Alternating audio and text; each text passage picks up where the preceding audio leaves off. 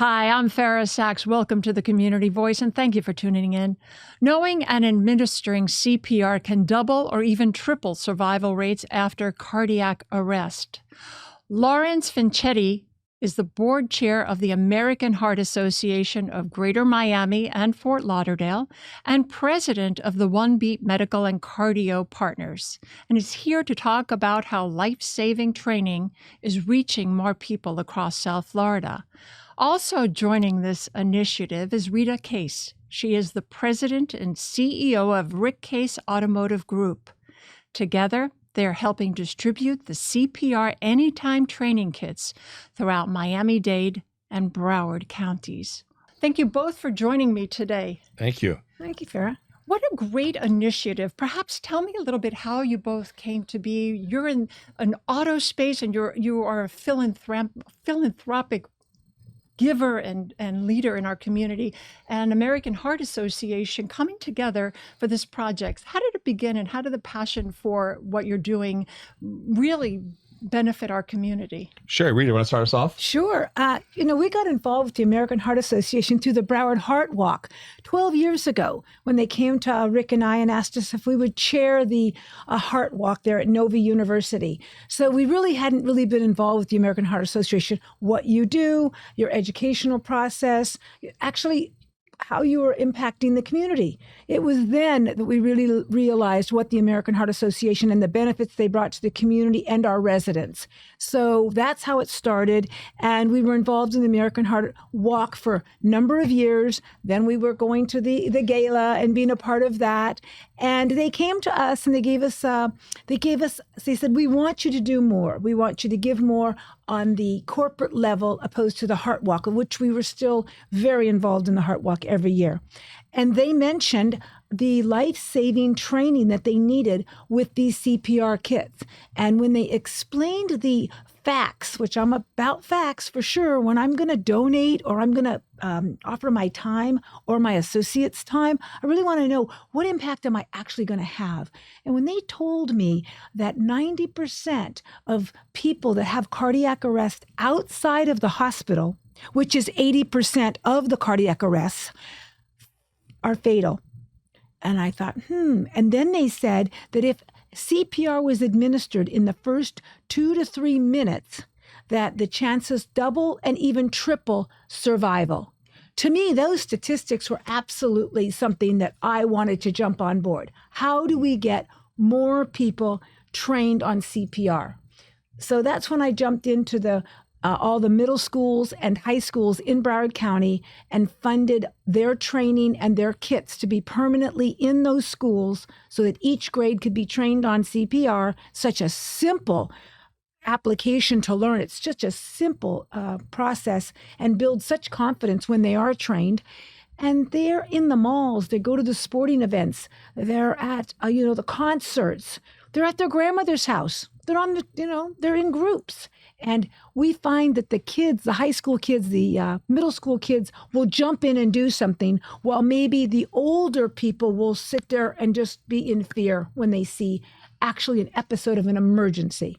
So that's why I got involved with this CPR training hands-only project. And Lawrence, what does that mean to you to have Rita on board, and how has it changed over the years of how we do CPR? We talked about this earlier, and bringing it to the schools, to the individuals, versus I remember when my granddaughter was born, I'd have to go online or I'd have to schedule a class. No one came to me. So how has it changed from the way you reach the community now? Yeah, first of all, energy is palpable coming from Rita and all of Rick Case Automotive. That group has been incredibly supportive of all of our efforts throughout Miami-Dade County and Broward County as well. So it's hard to not feel energized and passionate about what we're doing when you have volunteers like Rita and her team supporting us. For myself, I've been in the industry for 22 years, helping fight the good fight on sudden cardiac arrest survival. As Rita shared, it's the leading killer of all Americans, roughly 426,000 people across this country.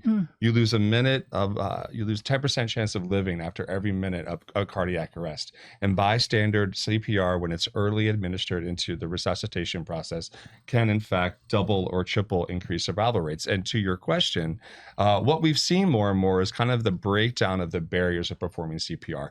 I've been around for a long time in this space, and years ago, people were nervous about performing, mouth-to-mouth resuscitation, or confused around how many beats per minute. So what we've worked at with the American Heart Association, of course, all of our volunteers, is to start to break down some of those barriers. We've reduced the impact or potential impact, you could say, of the mouth-to-mouth resuscitation piece. We've really focused in on the beats per minute, using things like songs that people are familiar with, like Staying Alive, one of my mom's favorite songs. If you hit the beats of that song, you can really go out there and really impact the heart.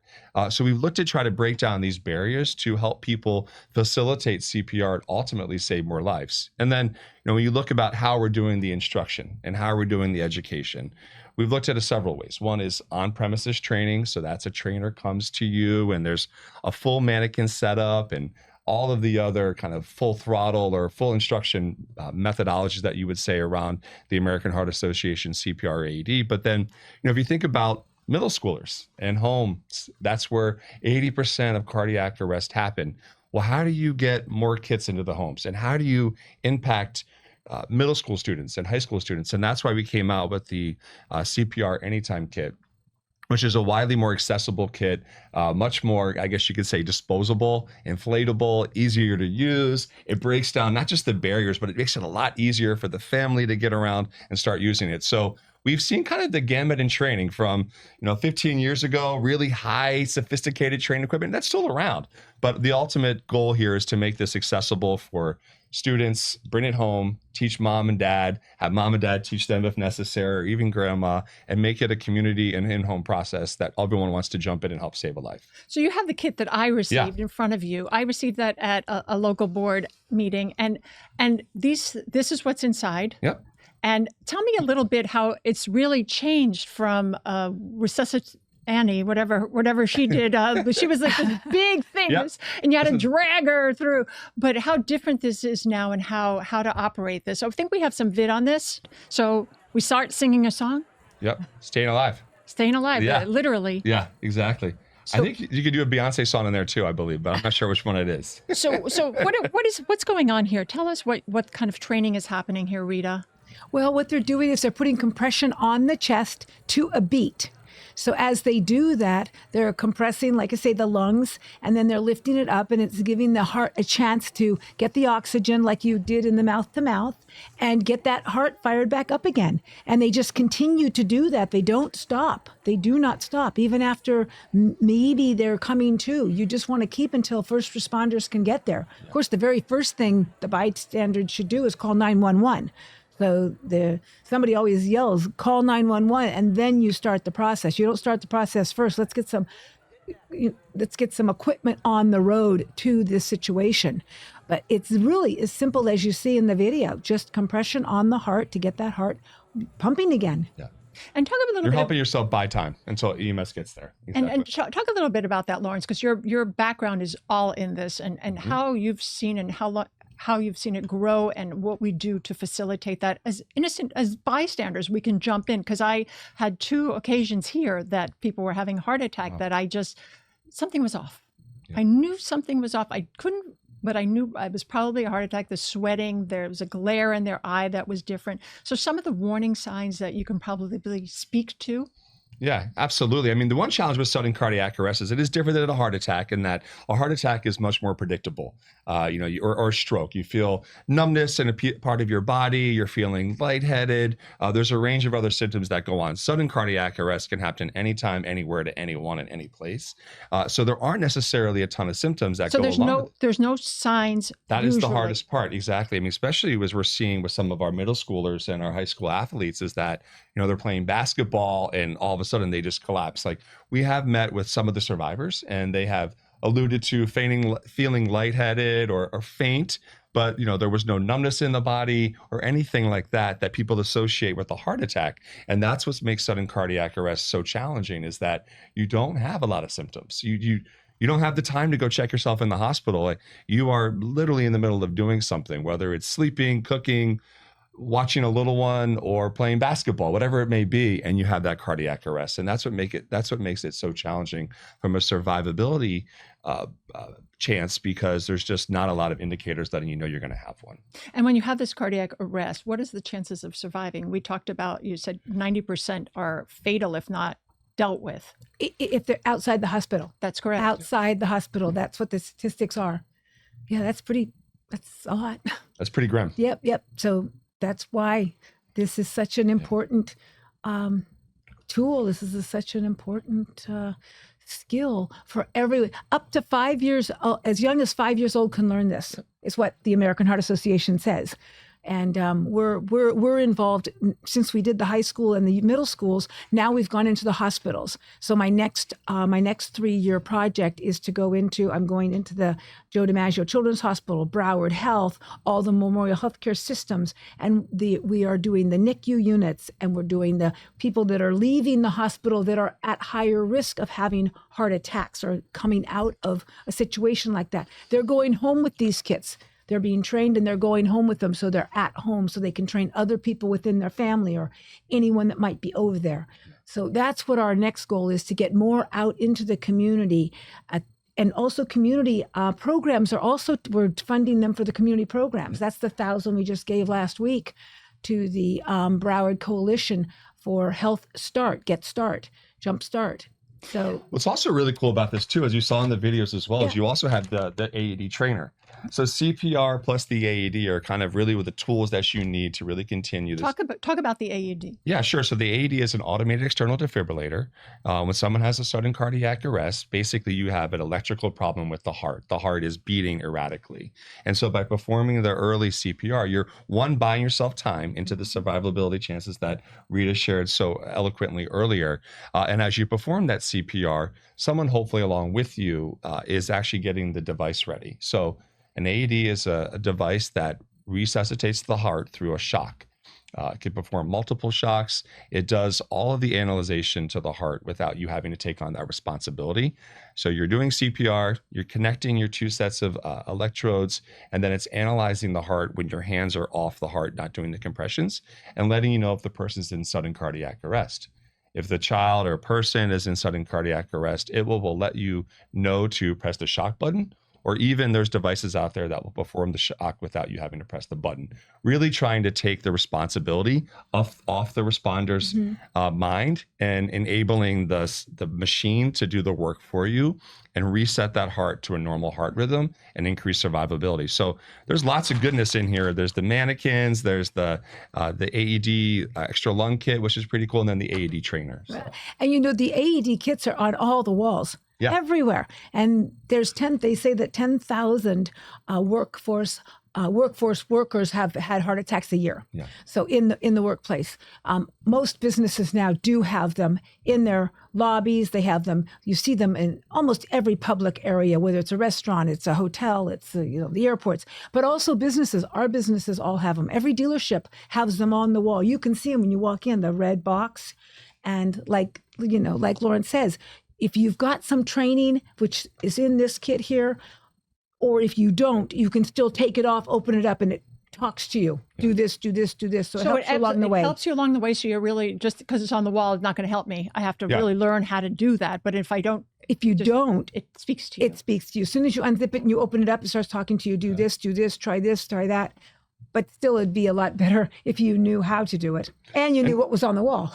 And to Rita's point about what we're doing with education right now on the governor's desk is a bill to help mandate AEDs throughout elementary and middle schools. So historically, through the state of Florida and throughout the country, we've seen AEDs and CPR work in high schools because everyone is assuming that the high school student potentially could have a cardiac arrest. But it's really important to remember that anyone can have it. That's why there's a baby included in this kit. Middle schoolers could have a cardiac arrest. elementary kids, but also so could the parents, so could the teachers, so could the guests. So it's a really important bill that's on the governor's desk, and it's actually looking really promising to sign, but it wouldn't be happening without our good community volunteers like Rita and other folks that support the AHA and kind of building that awareness and education, because, ultimately we're just trying to save more lives. And Rita, you do so much work in the community. We were just sharing, the South Florida Business Journal shared that you are #1 in women-owned business, as well as hiring 275 females in your organization. Kudos to you for getting the word out. But you have a plethora of so many places that you give your heart and soul, and along with your husband Rick, it was such an honor to have our time together to get to know you before our interview as well. But what does that mean to you now? You're in the schools. We have some beautiful pictures, and you're there. You're accessible. You are there. You are teaching. You are showing, and look what you're teaching and giving these children, really children, an opportunity to get involved, to be a bystander who can save a life. Exactly. I mean, that's our goal, whether it's whatever age it is, all the way down to 5 years old, turning bystanders into lifesavers. And with this simple skill, them having the confidence to do it, if they save one life, if just one of the probably 85,000 students that are going to be exposed to this in the Broward County school system, middle school up through high school, saves one life, then it's been all worth it for all of us. But it will be a lot more than that. Just on the news the other day, they were talking about the young athlete that the bystanders rushed over and saved. It was all over the news. It wasn't here in Broward County. It was national news. But still, the point is that's happening every single day. And right now, there's 39. They look happy. They feel confident. Man, we can do this. They're going to run home and say, "Mom, I know how to save somebody who has a heart attack." What a great feeling. But there's statistics now is 39% of all Americans have some skill for life saving in a heart attack. Not necessarily just CPR, but some skill, even mouth to mouth, like we learned back in the 70s. And so that they want that to continue. The goal is to keep continuing to grow that. And I think this project for sure in Broward County and Dade County will increase our percentage from the 39% nationally to a much higher percent. That would be my goal. And it's beautiful. And where are you reaching? Besides the schools, you're also reaching into organizations. Yes, tell me more about that. My initiative that I've been personally working on and funding was the school systems in Broward County, the middle school and the high schools, which is a permanent donation because they have these kits now in those schools permanently. They're not moving from school to school. And in the 750 went to the Broward Health, Joe DiMaggio Children's Hospital, the NIC unit, and Memorial North and South. And then last week I did 1,000 more kits that are going to the Broward Health Coalition Head Start, which is a group of different people, different organizations, all volunteers that go out to community centers, adult centers, children's centers, and they're taking these kits, they're dividing them up, and they're training how to use them, and they're staying within that community. Wow, it's amazing. It's amazing. We just keep going. It is incredible. It would be the more people we can train. Not every household can have one of these. I don't think every household needs one of these. Right. That's what's so exciting to see what we're being able to do with the American Heart Association with our board is that, we've really challenged ourselves out of COVID to do a couple of things. One is to really increase the tangibleness of our efforts. And folks like Rita and team are out there in the community. I mean, there's a reason why she's at the school is because she wants to be there. She wants to be part of the solution. And it's one thing to donate money. We love that, of course. I mean, we are certainly not going to say no to money. But when folks like Rita and others come on board to help us with donations, it's really impactful then to see where their money goes. And there's a reason why our organization is really well known within the communities, because we're not just out there, sharing stuff on social media. We're not just out there posting. We're out there doing the work to actually show where money goes and how it can be affected in the community. And 22 million people worldwide have been trained in the CPR technique. Yes. That's a lot of people. Still not enough, but yeah, we're getting there. Still not enough. We got more to go. What's next steps? Next steps? Well, Rita, you want to go or you want me to go? Do you mean for this training? You tell me. Yeah. It's your interview. Well, right now I'm working on the coalition that I just was mentioning. And I think that's where I'm going for the next few years. It takes a time to roll this out.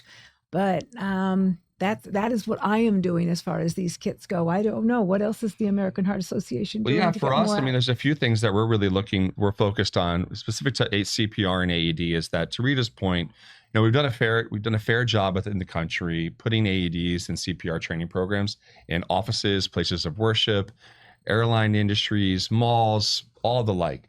But the challenge is that we still have this significant gap in getting people at home trained. And if you kind of go back to the facts, which Rita always talks about, 80% of sudden cardiac arrest happens in and around the home. So if you kind of go through the timeline, if heaven forbid someone were to have a cardiac arrest, by the time you recognize what's happening, that's about a minute. Then you're going to call 911, and then 911's going to take, a few minutes to get there, whether it's in Broward County or Miami-Dade County. And by the time they show up and kind of diagnose what's happening, you're already at that 9 to 10 minute response time. And therefore, because of 10% chance of less likelihood of living after every minute, you're already working at a deficit. So the goal for us is to find partners and increase education and awareness to get AEDs and CPR training in the home. So that would be really kind of the ultimate goal. If we're really looking to help save a lot more lives, we need to do that. And that's why this is so important, is to break down the barriers, bring CPR in the home, and then potentially bring AEDs. I always, kind of kid about, I go to Best Buy and I'll buy a really, really nice TV for the Super Bowl or for some type of event. And you have life-saving devices and skills that are less expensive, but people don't want to make that purchase. So we're really working hard to break down those barriers and increase technology and CPR efficacy around the home. Do you walk around Best Buy? It's not a promotion for Best Buy. Yeah. But do you walk around saying, do they have an AED? Do they? Oh yeah. Do you do that? Yeah. No, I do not walk around and look that way. But I'm sure that you do. I'm looking around. What are they doing with cars? Yeah. But just to Lawrence's point, just to comment on that, that was the reason that I started with all the middle schoolers and all the high schoolers in all of Broward County to teach them this, because they're going to be the ones at home. So that was a good way to get a lot of training in every single home in Broward County. And what was some of the feedback that you've received, both of you, for this program? I can only imagine. The parents and the kids, they're just elated to run home and say, I know how to do this. I understand why I would need to do this. I understand how to do it. They feel like they're, like I said, turning bystanders into lifesavers. They feel that. It's a confidence level. Absolutely. Yeah. And how long does it take to learn? Oh, gosh. 5 minutes, maybe? 5 to 10 minutes. 5 minutes. Yep. Yeah. I mean, you could do an elongated class, of course, but just to give yourself the basic skills of how to do beats per minute, it takes about 5 to 10 minutes. Anything else you want to leave us with? We have some information if you want to get involved. Get involved. Exactly. Like if you belong to a church, a community organization, your girls club, your boys club, just any sort of club, talk about how everyone in your club, in your organization could learn this skill. And if they say we don't know how, we can definitely get one of these kits over to that group. The more groups we can get interested in learning it, one mannequin can train a whole group in 20 minutes. I'm talking about 100 people. That's how quickly we could train this. And I'm always happy to help. I'm the president of One Beat and Cardio Partners. We're a Miami-based company, Miramar, excuse me. We're the largest provider of CPR for the American Heart Association across the country, and the largest provider of automated external defibrillators. So Rita and I make a good team. She's out there helping drive education and awareness, and I'm hopefully helping to deliver the product. So it's heart.org, or the social media is American_heart. Yes. Thank you so much. Anything else you want to leave me with our audience? I'm just so grateful that you're here. Yeah, thank you for having us share this message. Yeah, Rita, a life-saving message. Rita, I don't know, baby, but you've been at this, and your heart and your soul to so many different organizations that need your time and your attention. You've most willingly and lovingly have supported over the years. And I thank you for your community on behalf of your community. Pleasure. It's my pleasure. Why not help everybody that we can help? Absolutely. Absolutely. Well, I thank you for your time. You're welcome. Thanks. Thank So if you want to get involved, it's American.org. Yep, or heart.org. You got it. There you go. I want to thank you for joining me. Till next time, I'm Fara Sax. Take care of yourselves and each other. Have a great day.